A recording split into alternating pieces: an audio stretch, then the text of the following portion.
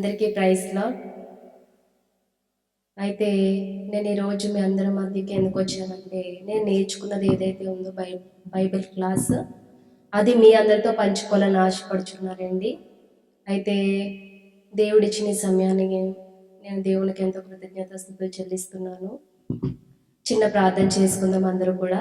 యేసయ్య నమ్మకమైన దేవుడు, పరిశుద్ధుడు, ప్రేమగల తండ్రి ప్రభువా, ఇదిగో తండ్రి, ఏ యోగ్యత ఎన్నిక లేని దానిని ప్రభువా, నాకు ఇచ్చిన ఈ సమయమును బట్టి నీకు వందనాలు. నీవే జ్ఞానం ఇచ్చి వాడుకుని నడిపించమని, ఇంకా అనేక మందిని నీవే నేను జ్ఞానముతో బిడ్డలందరినీ వాడుకోమని యేసునామంలో అడిగి ప్రార్థన చేస్తున్నాం పరమ తండ్రి, ఆమేన్. అందరికీ ప్రైజ్ లార్డ్ అండి. అయితే నా పేరు ఎస్తేర్ తేజ. మరి ఈరోజు మనం బైబిల్ గురించి నేర్చుకున్నామండి. అసలు బైబిల్ అంటే ఏంటి, అసలు బైబిల్ ఎప్పుడు వచ్చింది అనే దాని గురించి మనం నేర్చుకుందామండి.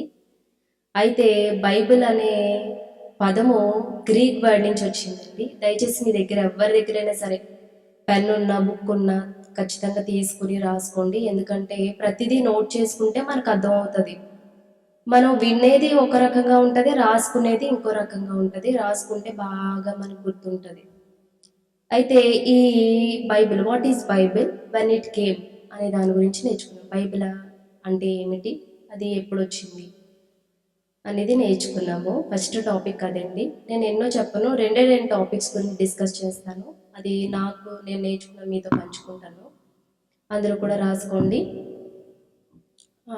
బైబిల్ అంటే ఏంటి, ఫస్ట్ బైబిల్ అంటే ఏంటి, బైబిల్ ఎక్కడి నుంచి వచ్చింది అనేది నేర్చుకుని ఆ తర్వాత టాపిక్లోకి వెళ్దాము.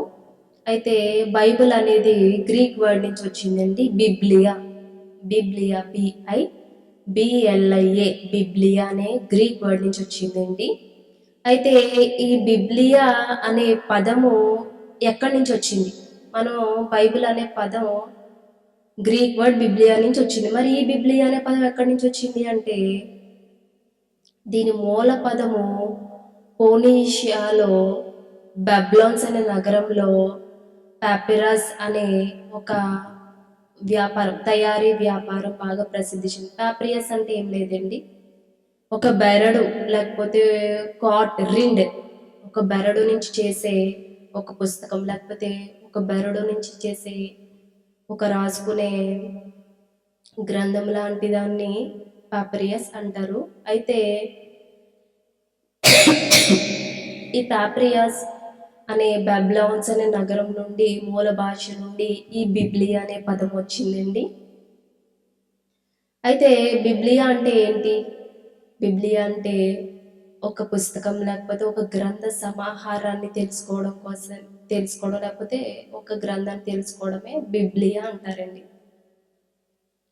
అయితే మనము బైబిల్ గురించి మీ అందరికీ తెలుసు కదండి. బైబిల్లో ఎన్ని గ్రంథాలు ఉన్నాయండి, పాత నిబంధన, కొత్త నిబంధన, అంటే ఓల్డ్ టెస్టిమెంట్, న్యూ టెస్టిమెంట్ అని రెండు ఉన్నాయండి పుస్తకాలు.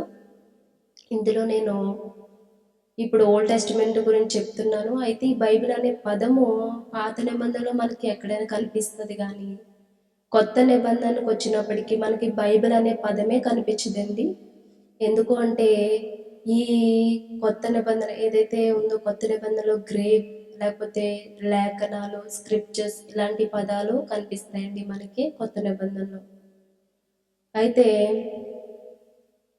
ఈ కొత్త నిబంధనలో మనకి బైబిల్ అనే పదమే కనిపించదు. లేఖనాల గురించి ఎక్కువగా, లేఖనాలు అనే పదము ఎక్కువగా మనకి కనిపిస్తుంది.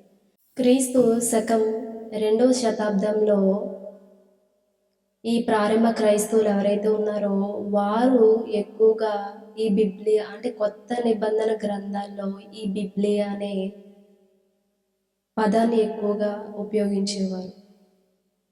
అయితే ఇలా ఉపయోగిస్తూ ఉండగా జెరోమ్ అనే ఆయన, ఎవరండి, జెరోమ్ అనే ఆయన AD 347 to 420 మధ్యలో ఈయన లాటిన్ వల్గేట్ అనే ఒక పదము అనువాదం చేసి దీన్ని ప్రాచుర్యంలోకి తీసుకొచ్చాడు ఈ జెరోమ్ అనే ఆయన. ఈయన తీసుకొచ్చిన సమయంలోనే క్రీస్తు శకం 13వ శతాబ్దంలో మనకి బైబిల్ అనే పదం ఆంగ్ల భాషలో వచ్చింది. ఇది ఈ ఈ పరిశుద్ధ గ్రంథానికి బైబిల్ అనే ఈ పదము అధికార పేరుగా ఆంగ్ల భాషలో వచ్చిందండి బైబిల్ అని. అయితే ఈ బైబిల్ అంటే ఏంటి? ఇప్పటి వరకు మనం బిబ్లియా అంటే ఏంటి, బిబ్లియా ఎక్కడి నుంచి వచ్చింది, బిబ్లియా ఏ వర్డ్, గ్రీక్ వర్డ్, ఇవన్నీ నేర్చుకున్నాం. ఇప్పుడు బైబిల్ అంటే ఏంటో అనేది నేర్చుకుందాం. బైబిల్ అంటే ఏం లేదండి, దేవుని ప్రేరణతో రాయబడిన పరిశుద్ధ గ్రంథాల సమాహారం అని చెప్పవచ్చు. అయితే ఈ ఈ బైబిల్ అనేది పండితులు చాలామంది ఎఫ్ఎఫ్ బ్రూసీ గారు అని, బ్రూసీ ఎం గారు కానీ, నెక్స్ట్ ఇంకా చాలామంది పండితులు వీరందరూ కూడా ఏం చెప్పారంటే ఈ బైబిల్ అనే పదము గ్రీక్ వర్డ్, ఏదండి, గ్రీక్ వర్డ్ అనే పదము బిబ్లియా అనే పదం నుండి ఉద్భవించిందని చెప్పారండి. ఇక్కడతో బైబిల్ అంటే ఏంటి, అది ఎప్పుడు వచ్చింది అనేది నేర్చుకున్నాము. అయితే రెండవ టాపిక్లోకి వెళ్దామండి. మీ అందరికీ అర్థమవుతుందని నేను అనుకుంటున్నాను. నేను కూడా స్పీడ్ చెప్పట్లేదండి, నాకు గొంతుకు బాగోక నేను స్లోగానే చెప్తున్నాను, మీరు అర్థం చేసుకోండి. రెండో టాపిక్లోకి వెళ్దాము. ఇప్పుడు వరకు what is Bible, when it came అనేది మనం నేర్చుకున్నాం. బైబిల్ అంటే ఏంటి, అది ఎప్పుడు వచ్చింది అనేది నేర్చుకున్నాం. మరి ఇప్పుడు తనాక్, ఈ తనాక్ అనే పదము పాత నిబంధన గ్రంథాన్ని తనాక్ అని పిలిచేవారట. మీకు స్పెల్లింగ్ కూడా చెప్తాను, TANAKH. ఈ తనాక్ అనే పదము పాత నిబంధన గ్రంథాన్ని పిలిచేవారట. ఎందుకు పిలిచేవారో, దాన్ని ఎన్ని విధాలుగా విభజించారని నేర్చుకుందాం. రెండవ టాపిక్ TNK.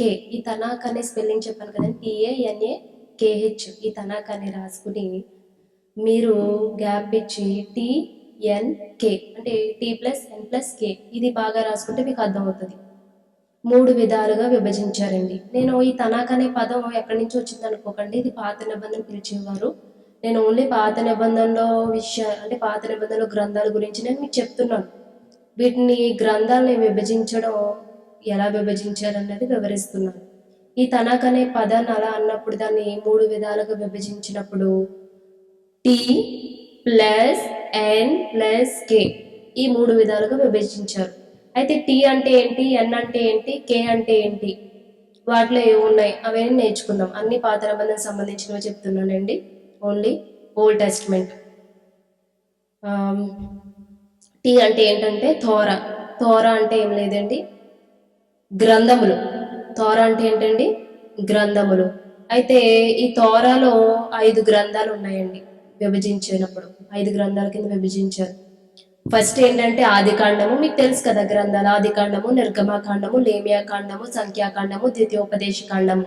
ఈ 5 కాండాలు కూడా మోషే రాశాడని మనకు తెలుసు. అయితే ఈ 5 కాండాలని తోరాలోకి ఏర్పరిచారు. తోరాలోని 5 గ్రంథాలు. తోరా అంటే ఏంటంటే గ్రంథములు. ఇందులో ఎన్ని గ్రంథాలు ఉన్నాయండి తోరాలో? 5 గ్రంథాలు. 5 గ్రంథాలు ఏంటండి, ఆదికాండము, నిర్గమకాండము, లేవియాకాండము, సంఖ్యాకాండము, ద్వితీయోపదేశకాండము. ఈ కాండాలు 5 కూడా మోషే గారు రచించారు. మనందరికీ తెలుసు కదండి, ఇవి తోరాలోకి వస్తాయి. మరి ఎన్ అంటే ఏంటి, టీ అంటే ఏంటో చెప్పుకున్నాం, తోరా. మరి ఎన్ అంటే ఏంటి, అందులో ఎంతమంది ప్రవక్తలు ఉన్నారు అనేది తెలుసుకుందాం. ఎన్ అంటే నిబిం, NEVIIM, నిబిం. పైన VI పక్కన 2 యాషెస్ వస్తాయండి పైన, తర్వాత IM వస్తుంది. నిబిం అంటే ఏం లేదు, ప్రవక్తలు. ఎవరండి, ప్రవక్తలు. ప్రవక్తలు రాసిన గ్రంథాన్ని ఈ నిబింలో పెట్టారు. అయితే ఈ నిబింలో 8 మంది ప్రవక్తల గ్రంథాలు ఉన్నాయండి. వీటిని 2 విధాలుగా డివైడ్ చేశారు. మీరు రాసుకుంటే అర్థమవుతుంది. ఎన్ అంటే ఏంటి, నిబిం. నిబిం అంటే ప్రవక్తలు. ప్రవక్తలు గ్రంథాలను మళ్ళా 2 విధాలుగా డివైడ్ చేశారు, విభజించారు. ఫస్ట్ది ఏంటంటే ఫార్మర్ ప్రొఫెట్స్. ఎవరండి, ఫార్మర్ ప్రొఫెట్స్. మరి రెండవది లాటర్ ప్రొఫెట్స్. అయితే ఈ నిబింలో ఫార్మర్ ప్రొఫెట్స్ ఎవరో ఫస్ట్ తెలుసుకుందామండి. ఫార్మర్ ప్రొఫెట్స్ వచ్చి యెహోషువ, న్యాయాధిపతులు, సమూయేలు. సమూయేలు మొదటి గ్రంథం, సమూయేలు రెండవ గ్రంథం. మళ్ళా రాజులో మళ్ళీ 2 ఉన్నాయి కదండి, రెండవ రాజులు, మొదటి రాజులు. ఈ గ్రంథాలు ఇవి ఫార్మర్ ప్రొఫెట్స్లోకి వస్తారు. మరి లేటర్ ప్రొఫెట్స్ అంటే తరువాత ప్రవక్తలు. ఫార్మర్ ప్రొఫెట్స్ అంటే మునుపటి ప్రవక్తలు ఎవరో యెహోషువ, న్యాయాధిపతులు, సమూయేలు మొదటి సమూయేలు, 2 సమూయేలు బ్రాకెట్లో, రాజులు, 2వ రాజులు, మొదటి రాజులు బ్రాకెట్లు. వీళ్ళు మునుపటి ప్రవక్తలు. మరి లేటర్ ప్రొఫెట్స్ తర్వాత ప్రవక్తలు ఎవరండి? చెప్పండి. యెషయా, ఇర్మియా, హెస్కేల్, 12 మంది చిన్న ప్రవక్తలు. వీరందరూ కూడా లేటర్ ప్రొఫెట్స్లోకి వస్తారు. ఇది నివిం. ఇప్పుడు టీ అంటే ఏంటో తెలుసుకున్నాం, ఎన్ అంటే ఏంటో తెలుసుకున్నాము. టీలో 5 గ్రంథములు ఉన్నాయి. తోర అంటే గ్రంథములు, నివిం అంటే ప్రవక్తలు. ఇందులో 11 మంది ప్రవక్తల గ్రంథాలు, 8 మంది ప్రవక్తల గ్రంథాలు ఉన్నాయి. 8 అండి నివింలో. రెండోది కెటువిం. రెండోది ఏంటండి? కెటువిం. KETUVIM. కెటువిం. కెటువిం అంటే ఏం లేదండి, రచనలు. ఎవరైతే రచన చేశారో ఆ గ్రంథాలని కెటువిం అంటారు. ఇందులో 11 ఉంటాయి. ఎన్నండి? 11. ఈ 11 గ్రంథాలు ఏంటి అంటే రచనలు చేసిన వారు ఎవరంటే కీర్తనలు, సామెతలు, ప్రసంగి, యోబు, విలాపవాక్యాలు, దానియేలు, ఎస్తేరు, ఎజ్రా, నెహెమ్యా. ఈ 2 కలిపి ఒక గ్రంథం అండి. దినవృత్తాంతాలు 1, 2 ఒక గ్రంథం. రూతు, యోబు, వీరందరూ, ఎస్తేర్, ఇవన్నీ గ్రంథాలు వచ్చి కెటువింలోకి వస్తాయండి. ఇవి 11. మొత్తం ఇప్పుడు తనాక్లో మనము తనాక్ అంటే ఏంటి? తనాక్ని పాత నిబంధన ఎందుకు తనాక్ అని పిలిచారు? తనాక్ని ఏ విధంగా డివైడ్ చేశారు? డివైడ్ చేసిన వాటిలో ఎన్ని గ్రంథాలు, ఎంతమంది ప్రవక్తల గ్రంథాలు, ఎంతమంది రచన గ్రంథాలు అనేది మనం తెలుసుకున్నాం కదండి. అయితే ఈ తనాక్లో మొత్తం వచ్చి తోరాలో 5 గ్రంథాలండి. నివింలో వచ్చి ఈ 8 మంది ప్రవక్తల గ్రంథాలు. మరి కెటువింలో 11 మంది రచనలు. ఎంతమంది అండి? 11 మంది రచనలు. వీరు మొత్తం అందరూ కలిపి 5, 8, 11, 24 కదండి. 24 గ్రంథాలు అన్నమాట. అయితే ఈ తనక్ అనే వర్డ్ యేసుక్రీస్తు గారు కూడా కొత్త నిబంధనలో ఉపయోగించారు. ఎక్కడ అంటే లూకా సువార్త మనం చూసినట్లయితే 24వ అధ్యాయంలో 44వ వచనంలో చూస్తే మనకు అర్థమవుతుంది. ఏంటండి? మోషే గ్రంథములలోను, మీ దగ్గర బైబిల్స్ ఉంటే చదవండి. మోషే గ్రంథముల్లోను, ప్రవక్తల గ్రంథముల్లోను, కీర్తన గ్రంథంలోను నా విషయమై రాయబడిన ప్రతిదీ నెరవేరవలను అనేది ఉంటుందండి మాట. అంటే మోషే గ్రంథాలు 5, ప్రవక్తల గ్రంథాలు ఎన్నండి? 8. కీర్తన గ్రంథాలు, రచనలు, కీర్తనలు అంటే కెటువిం. ఎన్ని గ్రంథాలండి? 11. కాబట్టి ఈ తనాక్ గురించి కూడా యేసుక్రీస్తు గారు మాట్లాడడం జరిగింది. ఈరోజు ఇదేనండి టాపిక్ నేను చెప్పాలనుకున్నది. ఎందుకంటే మనం నేర్చుకోవడంలో తప్పేం లేదండి. దేవుడు ఇంకనూ జ్ఞానం ఇస్తాడు.